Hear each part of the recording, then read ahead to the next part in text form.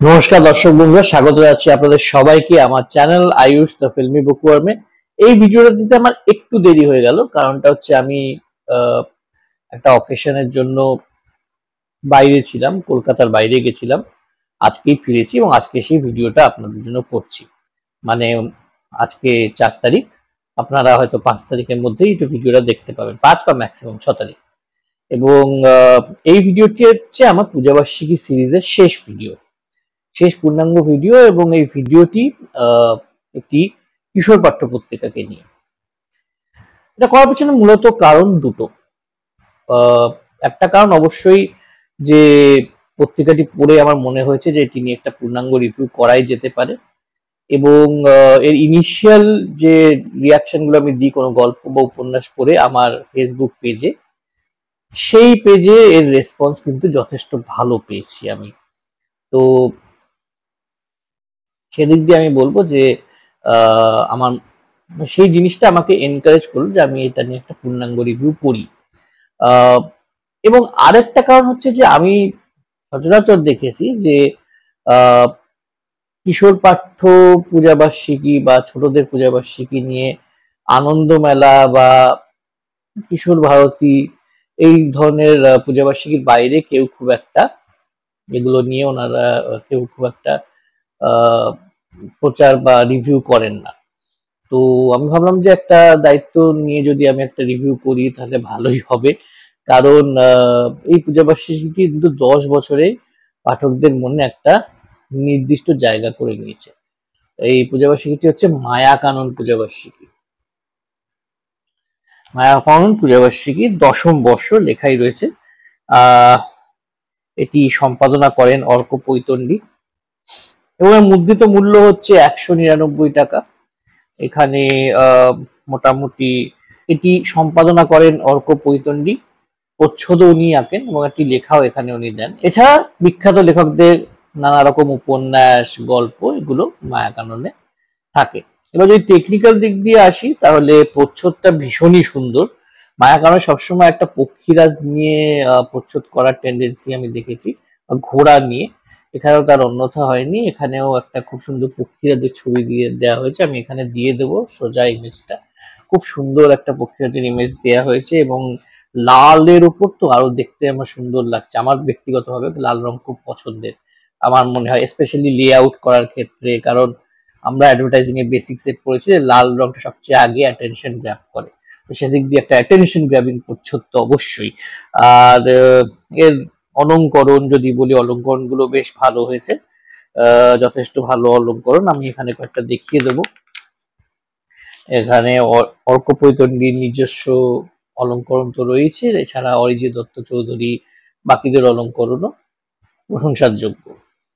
এছাড়া এর ছাপা বাধাই যদি দেখি, ছাপা যথেষ্ট ভালো, বেশ বড় বড় ফন্ট, বাধাই বেশ স্ট্রং, সব দিক দিয়ে টেকনিক্যালি বেশ ভালো একটি পূজাবার্ষিকী। হাতে নিয়ে ধরেও একটা বেশ আরাম ফিরা। সবচেয়ে বড় জিনিস হচ্ছে এটি খুব মোটা নয়, কাজে আপনি স্বচ্ছন্দে এটিকে নিয়ে ক্যারি করতে পারেন। আবার মোটা নয় বলে যে ভেতরে কিছুই নেই তা নয়, ভেতরে মাল মশলা অনেক রয়েছে। কন্টেন্টে হেভি থাকলে সাইজে হেভি করার প্রয়োজন অনেক সময় পড়ে না, এটা মায়াকানন সবসময় প্রমাণ করে এসেছে। তাহলে আর দেরি না করে বলছি যে সূচিপত্রতে কি কি রয়েছে। সূচিপত্রতে মোটামুটি বেশ কিছু উপন্যাস রয়েছে, মোটামুটি 8টি উপন্যাস রয়েছে, 2টি বড় গল্প রয়েছে, বেশ কিছু 5-6টি গল্প রয়েছে, বিশেষ রচনা রয়েছে 3টি, একটি কমিক্স রয়েছে অরিজিৎ দত্ত চৌধুরীর আঁকা, আর ইলাস্ট্রেশন গুলো পাতা জোড়া জোড়া এরকম ইলাস্ট্রেশন রয়েছে। আগেও বলেছি খুব সুন্দর লাগছে দেখতে। মানে ছোটরা মানে যখন পড়বে তারা অ্যাট্রাক্টেড ফিল করবে, তারা দেখে বুঝবে যে না এটার মধ্যে কি রয়েছে, মানে একটা ছোটদের মনে একটা বা বড়দের মনেও একটা উৎসুক জাগতে বাধ্য আর কি। এবার এক এক করে উপন্যাসগুলোতে আসি আর বলি কোনটা আমার সবচেয়ে ভালো লেগেছে মায়াকরণ যতগুলো উপন্যাস তার মধ্যে। প্রথম উপন্যাসটি হচ্ছে নারকোন্ডাম রহস্য, মানে শিশির বিশ্বাসের লেখা একটি উপন্যাস। আমি আমার ইনিশিয়াল রিয়াকশনেও বলেছিলাম, এখানেও বলি যে শিশির বিশ্বাস আমার অত্যন্ত প্রিয় একজন লেখক।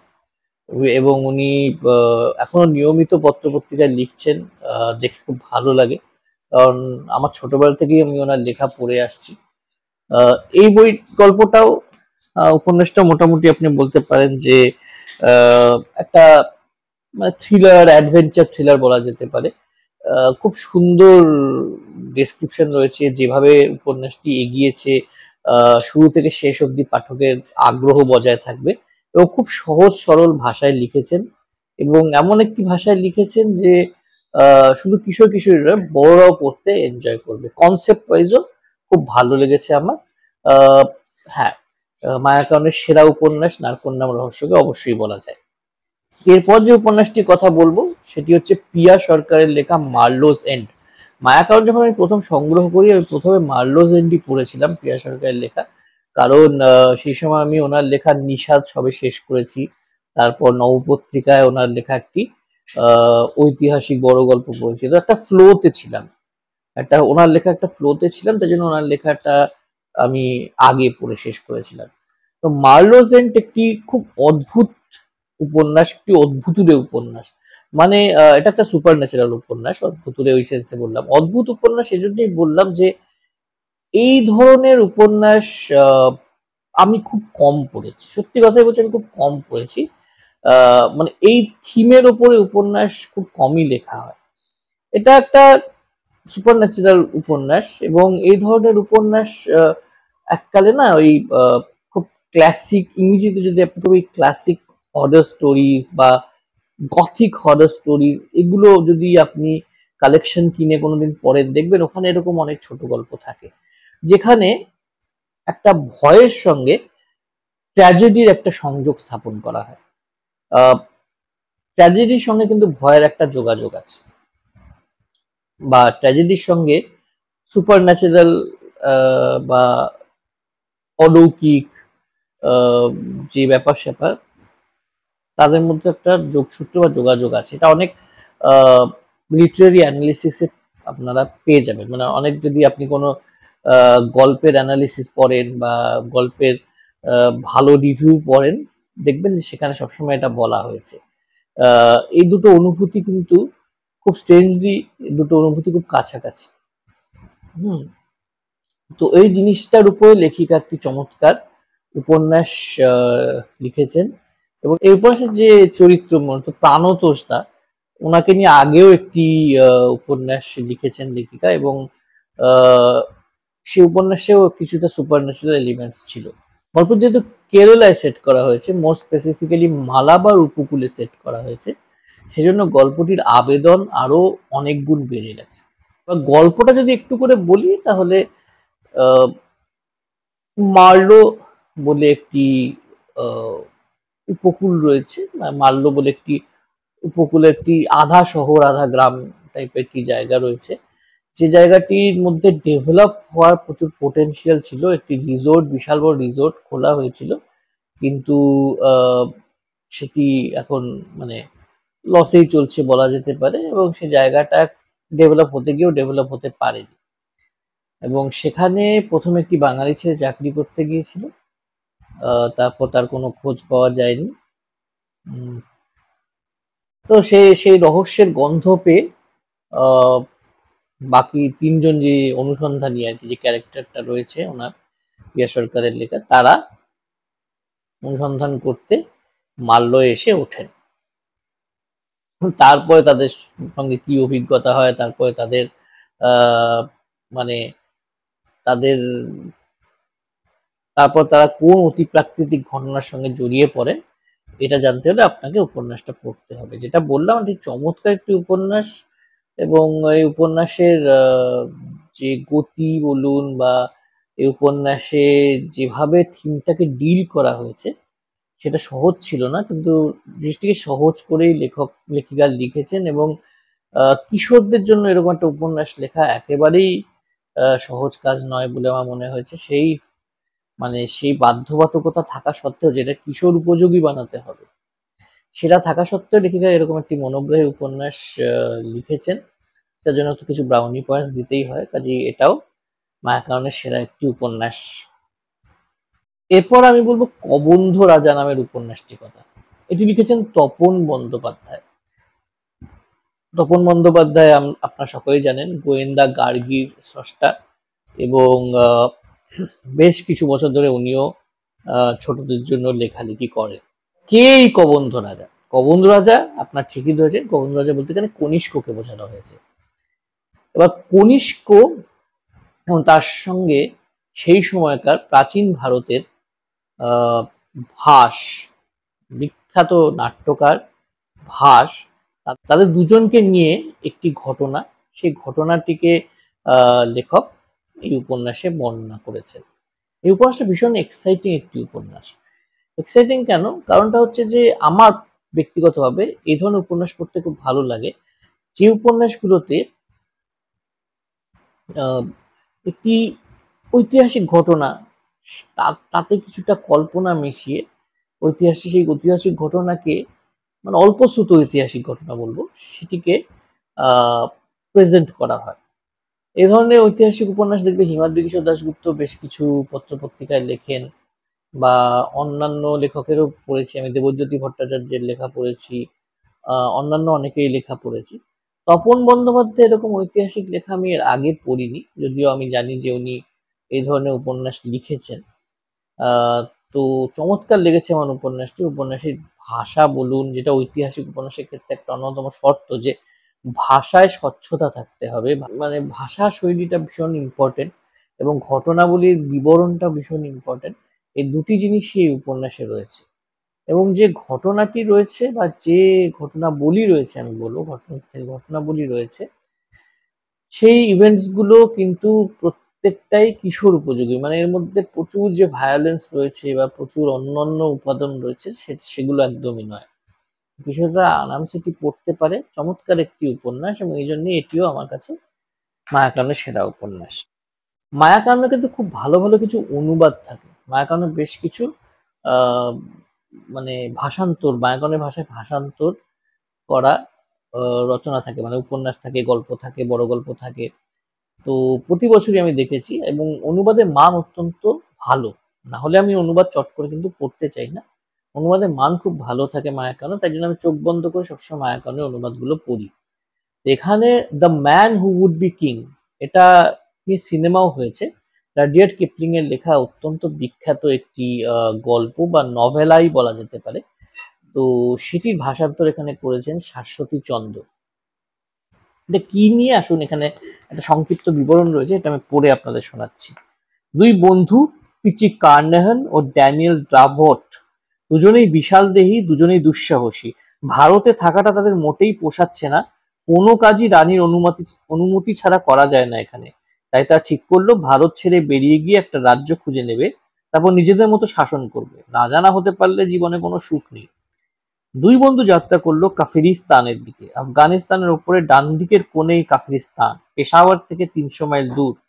সেখানে তারা গড়ে তুলবে নিজেদের রাজত্ব। কি ঘটলো তারপর? তারা কি পারলো রাজা হতে? কোন ভয়ঙ্কর পরিণতি অপেক্ষা করেছিল তাদের জন্য? তো বুঝতেই পারছেন যে এটি একটি ঐতিহাসিক উপন্যাসই বলা যেতে পারে, কিন্তু মানে একটি ইতিহাসের প্রেক্ষাপটে লেখা, খুব সম্ভবত একটি কাল্পনিক কাহিনী এটা। এবং রাডিয়ার্ড কিপলিং এর যে লেখাগুলো হয়, আমরা জাঙ্গল বুকের স্রষ্টা হিসেবে ওনাকে চিনি, কিন্তু রাডিয়ার্ড কিপলিং এর ভারতের উপর লেখা আরো কিছু চমৎকার উপন্যাস রয়েছে। কিম, যারা আপনারা পড়তে চান, কিমটা অবশ্যই পড়বেন। কিম একটা ভীষণ সুন্দর উপন্যাস রাডিয়ার্ড কিপলিং এর, এবং এই ম্যান উড বি কিং এও কিন্তু দুর্দান্ত একটি উপন্যাস। এবং শাশ্বতী চন্দ্র কিন্তু সেই উপন্যাসের একটি ফ্লেভার আছে। এই উপন্যাসটি একটা, মানে একটি রাষ্ট্রে, বুঝতেই পারছেন কাফিরিস্তান, আফগানিস্তান, সেই জায়গাগুলির একটা ফ্লেভার থাকে। তো সেই ফ্লেভারটা উপন্যাসে তো ছিলই, ইংরেজি উপন্যাসে ছিল, আই এম শিওর, আমি পড়িনি যদিও, সেটা সিনেমাতে ছিল। এই বাংলা ভাষান্তরে কিন্তু সেই ফ্লেভারটা উনি ধরে রেখেছেন। সেজন্য একজন সুলেখিকা, নিয়ে তো কোনো সন্দেহের অবকাশ নেই। ওনার লেখা পড়তে আমার ভীষণ ভালো লাগে। তো সেই লেখা স্টাইল এখানে অব্যাহত রয়েছে। তাই এটাও আমি বলবো, এক যে ছিল রাজা, এটাও আমার মতে মায়াকাননের সেরা উপন্যাস। নীলাদ্রি মুখার্জি একজন সুলেখকও বটে। আমি নীলাদ্রি একদম প্রথম বই ডিটেকটিভ কবিরের সিরিজের বই থেকেই আমি ওনার লেখার সঙ্গে আমি পরিচিত, এবং ওনার লেখাকে আমি সবসময় খুব অ্যাপ্রিসিয়েট করে আসছি। ওনার মতোই ওনার লেখা, মানে ওনাকে যারা চেনেন তারা সবাই এগ্রি করবে যে ওনার লেখা ওনার ব্যক্তিত্বের মতোই ভীষণ সোজা সাপটা, এবং একদম টু দা পয়েন্ট। তো ওনার লেখা আমার ব্যক্তিগতভাবে পড়তে বেশ ভালো লাগে।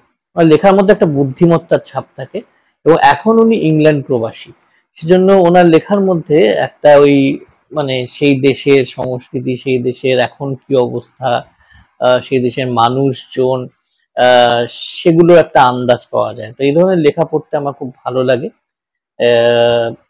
এই জন্য আমি এই প্রবাসী বা অনাবাসী ভারতীয় লেখকদের লেখা পড়ি, যেমন অনন্যা দাশের লেখা পড়ি, আমার খুব ভালো লাগে। এখানে উনি লিখেছেন সবুজ ঝিলের শয়তান বলে একটি উপন্যাস। এটি একদম সার্থক কিশোর পাঠ্য একটি অ্যাডভেঞ্চার উপন্যাস, যাতে কিছুটা বৈজ্ঞানিক তথ্যেরও ছোঁয়া রয়েছে। আর আমার মনে হলো পড়ে যে লেখকের বেশ কিছু ব্যক্তিগত অভিজ্ঞতাও এই উপন্যাসে রয়েছে। তো এখানে মূলত কনসেপ্টটা হচ্ছে যে লেখকের মেয়ে জোরাজুরি করছে যে আমরা অনেকদিন একটা আউটিং এ যাই না, অনেকদিন কোথাও গিয়ে থাকি না, country side, England country side খুব ফেমাস, ভীষণ সুন্দরও বটে, তো সেসব জায়গায় গিয়ে চলো না থাকি। তো লেখকের ওয়াইফও সেটা চাইছেন, এবং তারা ছুটি ম্যানেজ করে সেখানে থাকতে যাচ্ছে। সেখানে থাকতে গিয়ে তারা একটি রহস্যময় ঘটনার সম্মুখীন হচ্ছে, মূলত বাবা আর মেয়ে রহস্যময় ঘটনার সম্মুখীন হচ্ছে। তারপরে লেখক নিজেই ঘটনাচক্রে সেই রহস্যের সমাধান করছেন। এই নিয়েই মূলত উপন্যাসটা। এই ধরনের উপন্যাস এককালে ৮০-৯০-এর দশকে আনন্দমেলায় খুব পড়েছি আমি, এবং এটা ভীষণ একটা হালকা চালে লেখা, আপাত দৃষ্টিতে দেখতে গেলে একটা হালকা চালে লেখা উপন্যাস, কিন্তু এই উপন্যাসে আমরা অনেক কিছুর মানে আভাস পাই। এই উপন্যাসে আমরা এখনকার ব্রিটিশ মানুষজন, তাদের ভারতীয়দের প্রতি মনোভাব কেমন, সেটা আমরা যেটা ভাবি সেটা যে কতটা ভ্রান্ত সে ধারণাগুলো, সেটার একটা আভাস পাই আমরা। তারপরে যেটা বললাম আগে যে ইংল্যান্ডে মানুষজনের জীবনযাত্রা, কান্ট্রি সাইডের সংস্কৃতি, সেখানকার প্রাকৃতিক মানে সেখানে প্রাকৃতিক সৌন্দর্যে ভরা যে জায়গাগুলি রয়েছে তার বর্ণনা একেবারে নিখুঁত ভাবেই লেখক দিয়েছেন। এবং যে যে ঘটনাটা ঘটছে, সেই ঘটনাটাও কিন্তু বেশ অভিনব, মানে থিমে বেশ অভিনবত্বও রয়েছে। মানে রহস্যটা যে কি সেটা কিন্তু পাঠকরা চট করে ধরতে পারবেন না। রহস্যটা কি নিয়ে, কেন যে জিনিসটা ঘটছে সেই জিনিসটা কেন ঘটছে, এটা বোঝা ভীষণ দুষ্কর। শেষের টুইস্টটা দুর্দান্ত, এক কথায় কোনো সন্দেহের অবকাশ না রেখেই বলতে হয় যে সবুজ ঝিলের শয়তান নীলাদ্রি মুখার্জির লেখা মায়াকাননের শ্রেষ্ঠ উপন্যাসের মধ্যে অন্যতম একটি উপন্যাস। ঐশিক মজুমদার লেখা নারকীয়। ঐশিক মজুমদার বেশ কিছুদিন ধরে লিখছেন, এবং আমি আগে শুনেছিলাম যে উনি খুব ভালো লেখেন। দুর্ভাগ্যবশত ওনার খুব বেশি লেখা আমার এর আগে পড়া ছিল না। যতটুকু, হ্যাঁ, ২-৩টে গল্প এর আগে আমি পড়েছিলাম, সেগুলো আমার অবশ্যই খুব ভালো লেগেছিল, কিন্তু ওনার লেখা কোনো বই এখনো সংগ্রহ করে আমি উঠতে পারিনি। তবে এই উপন্যাসটা পড়ে আমার সেই ইচ্ছেটা কিন্তু বেড়ে গেল। এবার এই বইমেলায় আমি ওনার লেখা একটি উপন্যাস অবশ্যই সংগ্রহ করব, কারণ উনি মানে মূলত একটু অলৌকিক বা একটু অলৌকিক উপন্যাসই লেখেন, কিন্তু সেই অলৌকিক উপন্যাসগুলো গড়পড়তা যে অলৌকিক উপন্যাসগুলো আমরা পড়ি বা বাজারে যেগুলো বেরোয় তার থেকে একেবারেই আলাদা হয়। এই উপন্যাসগুলোর মধ্যে একটা মনস্তাত্ত্বিক অ্যাঙ্গেল থাকে। উপন্যাস বলুন, গল্প বলুন, যতটুকু আমি পড়েছি তার মধ্যে একটা মনস্তাত্ত্বিক অ্যাঙ্গেল থাকে, এবং সেই মনস্তাত্ত্বিক যে অ্যাঙ্গেলটা সেটা অন ফুল ডিসপ্লে আছে এই নারকীয় উপন্যাসে। এই উপন্যাসটির সঙ্গে আমি যদিও সত্যজিৎ রায়ের লেখা একটা দুটো উপন্যাসের থিমেটিক্যালি, আমি বলছি না যে এমনি অন্য কোনো মিল রয়েছে, কিন্তু উপন্যাসটি যে মূল চরিত্র তার সঙ্গে আমি বিপিন চৌধুরী বলে একটি চরিত্র আছে, সত্যজিৎ রায়ের লেখা একটি গল্প আছে বিপিন চৌধুরী স্মৃতিভ্রম, আপনারা অনেকেই পড়ে থাকবেন, তার সঙ্গে একটা মিল আমি খুঁজে পেয়েছি কোথাও না কোথাও, আহ, যেটা অবশ্যই আমার ভালো লেগেছে। কিন্তু এই গল্পটা কিন্তু সম্পূর্ণই আলাদা। গল্পটি হচ্ছে একজন খুব ইন্ট্রোভার্টেড বলবো না, মানে খুবই একজন সোশিও প্যাথই বলা যেতে পারে, মানে ভীষণই মানে অসামাজিক একজন ব্যবসায়ী মানুষকে নিয়ে, যিনি আহ, মানে ব্যবসাটাই বোঝেন, খুব বেশি জনসংযোগে বিশ্বাস করেন না, খুব বেশি মানুষজন পছন্দ করেন না, হই হল্লা তো একেবারেই অপছন্দ তার। উনি যখন কোনো কাজ করেন কোনো রকম হই হট্টগোল উনি পছন্দ করেন না, আহ, এবং তার জন্য উনি একজন আহ, বয়স্ক মানে কলিগ বা এমপ্লয়িকে ওনার অর্গানাইজেশন থেকে তাড়িয়ে দেন। তারপর ওনার সঙ্গে কি হয় এই নিয়েই মূলত উপন্যাসটি। উপন্যাসটি কয়েকটা লাইন রয়েছে, সেই লাইনগুলো কিন্তু ভীতির উদ্রেক ঘটায়, এবং উপন্যাসটির মধ্যে কোথাও না কোথাও একটু ডার্ক কমেডির একটা অ্যাঙ্গেলও রয়েছে, যেটা আমার খুব ভালো লেগেছে। সচরাচর কিন্তু এই ধরনের ডার্ক কমেডি, এই ধরনের সুপারন্যাচারাল গল্পে অন্তত বাংলায় থাকে না। তো সব মিলিয়ে খুব মনোগ্রাহী, ভীষণ ইউনিক একটি উপন্যাস, এবং আমার মতে এটিও মায়াকাননের শ্রেষ্ঠ উপন্যাসের মধ্যে অন্যতম।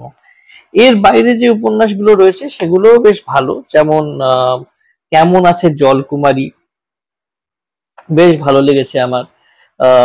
শ্রেষ্ঠ উপন্যাস বলবো না, এর কারণ হচ্ছে যে এর পেসটা একটু স্লো, কিন্তু এর থিমটা ভীষণ সুন্দর, ভীষণ সুন্দর। মারমেডদের নিয়ে বলতে পারেন, ভীষণই ভালো একটি থিম নিয়ে মিলন গাঙ্গুলির এই উপন্যাস। মিলন গাঙ্গুলির লেখা আমি আগেও পড়েছি, বেশ ভালো লেখেন উনি। একটু জন্য ওটাকে আমি শ্রেষ্ঠ উপন্যাসের তকমা দিতে পারলাম না। এছাড়া দার্গে দীপঙ্কর চৌধুরীর লেখা, উনি আমার ভীষণ প্রিয় লেখক একজন। দীপঙ্কর চৌধুরী খুব আন্ডার রেটেড একজন লেখক আমার মতে, ওনাকে নিয়ে বেশি কথা হয় না, বা ওনার গল্প উপন্যাস নিয়ে খুব একটা পাবলিসিটি নেই, কিন্তু ওনার বেশ কিছু উপন্যাসের সংকলন, গল্পের সংকলন আমার চমৎকার লাগে। উনিও বেশ অন্য রকমের ভয়ের গল্প বা অন্য রকমের রহস্য গল্প লেখেন, যার ফরম্যাট, লেখার কায়দা একেবারেই মানে গড়পড়তা লেখার থেকে আলাদা। টার্গেটাও খুব সুন্দর একটি লেখা। মূলত দার্জিলিং যখন একটি শৈল শহর হিসেবে গড়ে উঠছে বা বড় হয়ে উঠছে আস্তে আস্তে, সেই ঘটনা নিয়ে উপন্যাসটি আবর্তিত হয়েছে, এবং উপন্যাসটি আমার বেশ ভালো লেগেছে। শুধু একটাই ব্যাপার যে উপন্যাসটি প্রথম দিকে দানা বাঁধছিল না খুব একটা। এটা কেন হচ্ছিল এটা আমি বলতে পারবো না, হয়তো আমারই ধৈর্যের অভাব হতে পারে, কারণ প্রথম দিকে পড়ার সময় আমি হয়তো ডিস্ট্রাক্টেড ছিলাম, অনেক সময় তো এটা হয়। কিন্তু মানে আমার কাছে প্রথম দিকটা দানা বাঁধতে পারেনি বলে আমি এটাকে শ্রেষ্ঠ উপন্যাসের তকমা দিচ্ছি না, না হলে হয়তো দিতাম। Lot number 249। এবার অনন্যা দাস, আমি যেটা বললাম যে উনি চমৎকার লেখেন, আগেও বলেছি ওনার লেখাগুলো পড়তে আমার বেশ ভালো লাগে। এবার উনি একটা অনুবাদ করেছেন, এবং যে গল্পটি অনুবাদ করেছেন এই গল্পটি আমি অরিজিনাল ইংরেজিতেও পড়েছি, এবং আগেও একটি অনুবাদ পড়েছি, কার লেখা মনে করতে পারছি না, বহু বছর আগে পড়েছিলাম। তো এই উপন্যাসটি মানে এমন একটি উপন্যাস যেটাকে কিশোর উপযোগী করে আহ লেখা আমার মতে বেশ শ্রমসাধ্য একটি কাজ, এবং উনি সেটা পেরেছেন এবং অনেকটাই উতরে গিয়েছেন। এবং অনুবাদক হিসেবে অনন্যা দাস বেশ ভালো। আমি তো বলবো ওনার আরো অনুবাদ করা উচিত, মানে এটা পড়ে আমার তাই মনে হয়েছে। একটাই কারণ এটাকে সেরা উপন্যাসের শিরোপা না দেয়, সেটা হচ্ছে যে কিছু লাইন পড়ে আমার মনে হয়েছে যে এক্সাক্ট ইংলিশে যেটা লেখা ছিল সেটাই বাংলায় একদম ওয়ার্ড বাই ওয়ার্ড অনুবাদ হয়ে এসছে, এবং সেটা আমার আগেও বলেছি অনেক ভিডিওতে, সেটা আমার খুব একটা যে পছন্দ তা নয়, কিন্তু আদারওয়াইজ খুব ভালো একটি উপন্যাস। মেজোটিন্টো খুব ভালো একটি ভাষান্তর বা একটি অনুবাদ সুপর্ণা পৈতন্ডি করেছেন। এমআর জেমসের লেখা একটি গল্প, এমআর জেমসের লেখা গল্পগুলো কিন্তু বেশ গথিক হরর বা একটু সুপার ন্যাচারাল গোছের হয়, এবং পড়তে চমৎকার লাগে। ওনার উপন্যাস থেকে বেশ কিছু সিনেমাও হয়েছে হলিউডে। মেজোটিন্টো সেরকমই একটি গল্প, অলৌকিক ঘটনা নিয়ে গল্প, এবং এটাও টিপিক্যাল ভূতের গল্প কিন্তু নয়। এটার মধ্যে একটি অন্যরকম ভয়ের এলিমেন্ট রয়েছে। আর এটাও আমাকে কিন্তু সত্যজিৎ রায়ের কিছু গল্প মনে করিয়ে দিয়েছে। হয়তো সত্যজিৎ রায় এই থিমটা থেকে অনুপ্রাণিত হয়েছেন, থিমেটিক্যালি বলছে, থিমটা থেকে। তারপর নিজের মতন করে কিছু গল্প লিখেছেন হয়তো এই লাইনে। আমার বেশ ভালো লেগেছে। এটা আমি সেরা উপন্যাসই বলতে পারতাম, কিন্তু এটাতে আমার যেটা মনে হয়েছে যে যে মূল, আমার আইডিয়া নেই যে মূল গল্পটা, আপনারা যদি পড়ে থাকে প্লিজ জানাবেন, মূল গল্পটা হয়তো বেশ বড় ছিল। উনি পূজাবার্ষিকীর জন্য অনুবাদ করতে গিয়ে হয়তো উনি এটার দৈর্ঘ্যকে একটু ছোট করে ফেলেছেন, আমার এটা মনে হয়েছে, নাও হতে পারে। কিন্তু সেটার জন্য একটু তাড়াহুড়ো করে লেখা বা অনুবাদ করা বলে আমার মনে হয়েছে। আদারওয়াইজ বেশ ভালো একটি অনুবাদ, এবং গল্পটি কনসেপ্টও চমৎকার। এবার যদি গল্পে আসি, মাকড়সার সুতো, এটি একটি জাপানিজ গল্পের ভাষান্তর। জাপানিজ গল্পটি লিখেছিলেন Ryunosuke Akutagawa. I hope I am pronouncing it correctly, Ryunosuke Akutagawa, এবং এটি ভাষান্তর করেছেন অর্ক পৈতন্ডি। দুর্দান্ত ইলাস্ট্রেশন এবং চমৎকার গল্প। মূল গল্পটিও নিশ্চয়ই অতটাই ভালো হবে, নাহলে ভাষান্তর পড়তে এতটা ভালো লাগার কথা নয়।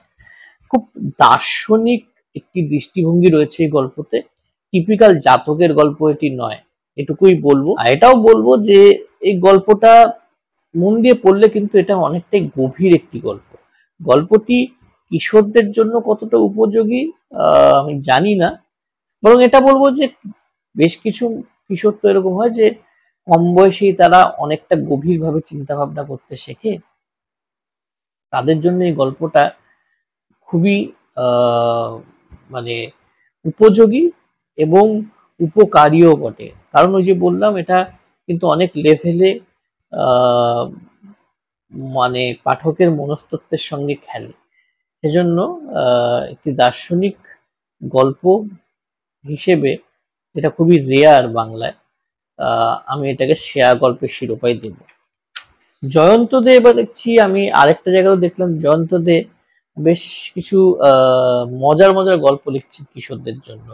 এই ডোমকলের সেই রাত, এটা বেশ মজার একটা গল্প, পড়তে গিয়ে খুব মজা পেয়েছি। যেটা আমি আগের ভিডিওগুলোতেও বলেছি যে হাসির গল্প তো এখন খুব বেশি লেখা হয় না, তো হাসির গল্প যেখানেই পাই পড়ে ফেলি। বেশ মজার একটি গল্প, বেশ মজা পেয়েছি পড়ে। হাসির গল্প লেখা খুব কঠিন, মানুষকে হাসানো সবচেয়ে হয়তো কঠিন, তাও সাহিত্যের মাধ্যমে, সেটা এখানে লেখক করতে সমর্থ হয়েছে। বেশ মজার একটি গল্প। এরকম গল্প আগে আমি পড়িনি তা নয়, এরকম গল্প আগেও পড়েছি। ওই সাহিত্য সবাই গিয়ে ভেসে যাচ্ছেন, সেখানে গিয়ে তিনি কোন অদ্ভুত ঘটনার সম্মুখীন হয়েছেন, এই নিয়ে গল্পটা বেশ ভালো একটি গল্প। এবং আমি বলবো যে মায়াকাননের সেরা গল্পের মধ্যে একটি। এছাড়া যে তিনটি গল্প আছে যেগুলোকে একটুর জন্য সেরা শিরোপা দিতে পারলাম না, সেটি হচ্ছে একটি নিঃসঙ্গ বাঘ, বিপুল দাসের লেখা। বিপুল দাসের গল্প এমনি পড়তে আমার ভীষণ ভালো লাগে। উনি উত্তরবঙ্গের মানুষ, এবং উত্তরবঙ্গের নানা জায়গা, উত্তরবঙ্গের ফরেস্ট বলতে পারেন, অনেক সময় উত্তরবঙ্গের মফস্বল এলাকা, চা বাগান এলাকা, এগুলোকে নিয়ে তিনি গল্প বোনেন, এবং গল্পগুলো পড়তে আমার তো বিশেষ করে ভীষণ ভালো লাগে। এই গল্পটিও আমার ভীষণ ভালো লেগেছে, কিন্তু এই গল্পটি আমার একটু শেষটা একটু অ্যাব্রাপ্ট মনে হয়েছে। আমার মনে হচ্ছে শেষটার জন্য হঠাৎ করে হয়ে গেল। আর একটু যদি এটাকে লিঙ্গার করানো যেত শেষটাকে, তাহলে আমার আরো ভালো লাগতো, এবং ঠিক এই ফ্যাক্টরের জন্য আমি এটিকে সেরা শিরোপা দিতে পারলাম না। কোজাগরি, কোজাগরি বেশ অদ্ভুত একটি গল্প, অন্য রকমের একটি গল্প। মানে যখন বলতে উত্তম পুরুষে বলেছেন গল্পটা এখানে, যে উনি যখন ছোটবেলায় মাসির বাড়িতে যেতেন, তখন ওখানে ওনার মেসোমশাইকে দেখতেন যে ওনার পায়ের যে আঙ্গুলগুলো সেগুলো জোড়া, ওয়েব ফিট বলে ইংলিশে এগুলোকে, আমি জানি।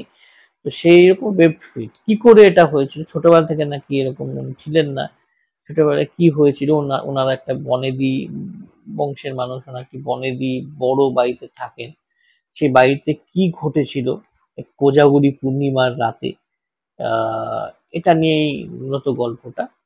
গল্পটা লিখেছেন খুব ভালো, থিমে অভিনবত্ব আছে, কিন্তু আমার মনে হচ্ছে গল্পটা জনরা একটু কনফিউজিং, মানে গল্পটি ঠিক কি হতে চেয়েছে, এটাও কিন্তু ইম্পর্টেন্ট, গল্পটি কি হতে চেয়েছে আলটিমেটলি সেটা আমার কাছে খুব একটা স্পষ্ট নয়।